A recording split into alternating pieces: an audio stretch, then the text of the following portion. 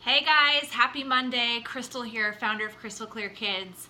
I wanted to share some information today that kind of cracked me up this weekend.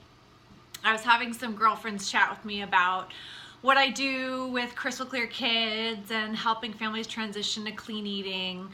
And they were basically saying, the punchline was, well, Crystal, we're not gonna eat clean every single day because it's just not possible because XYZ. And the end of the story was something along the lines of, I don't cook every day.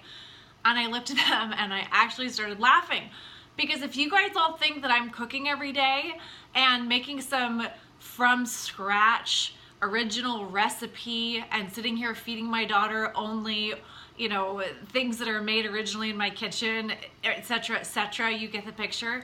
You're having a laugh, because that's not happening. I can tell you right now that it's not happening. So we kind of talked about like those nights as a parent, as mom, dad, whatever, that you don't cook. What are you feeding your kids? I mean, is it seriously a bowl of cereal? That's okay. I do that. I do it. I really do.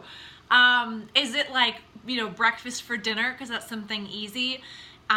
Is it leftovers from the day before? I mean, are you taking them out to eat? I don't really care. The end of the story, the punchline is that every parent does it. We're not sitting here cooking from scratch every single night. And those moms, I'm calling you out, the ones that are taking pictures of, look at this home cooked meal I made. Like, that happens once a week. I mean, let's just all be honest. I mean, okay, maybe it happens more than once a week, but you get my point. So how is it that I expect, or I preach the preach and talk the talk about eating really clean every day, and that it is a daily reality? Here's how. I do make breakfast for dinner sometimes. I do let my daughter eat a bowl of cereal for dinner.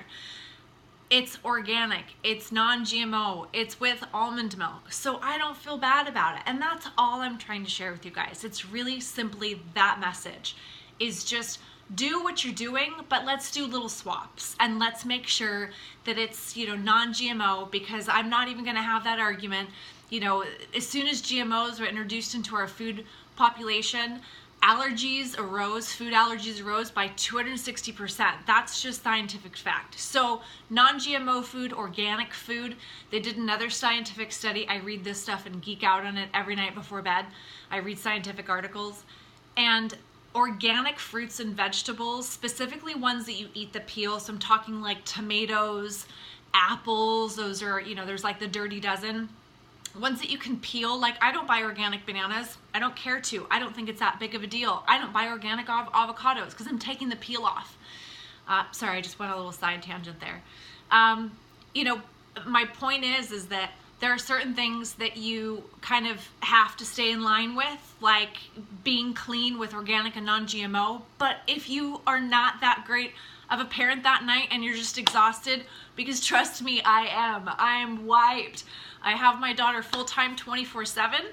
I run 2 companies, and I'm doing this with you guys. So this is my passion. This is where I come alive. And I love that you guys give me feedback. I love that I get some comments on there of, what are you talking about? Oxygen is gonna kill you too, oxygen poisoning, when I'm talking about additives. You know what, that's great, but we've got a lot of sensitive kids out there, and I'm here to help and show you that it's really, really easy to eat clean. It really, truly is. And it's not that big of a deal, and it's not that hard. So even those nights, to sum up the story, those nights that you're exhausted and you don't want to cook and you don't want to talk to your kids, that's totally okay. I'm right there with you. So one thing I'll leave you with is my weekend pancake recipe. I literally use this paleo version of a gluten-free pancake mix that you straight up add water to. And the only special thing I do is I add chia seeds to it. I add chia seeds to the mix because they've got omega-3s, which are amazing for brain development. So the punchline on that is the fact that kids on the autism or ADD spectrum, those 2 spectrums, they've done studies to show that they're really deficient in omega-3s, that they really struggle with them. So anytime, but for all kids, even typical standard kids, right?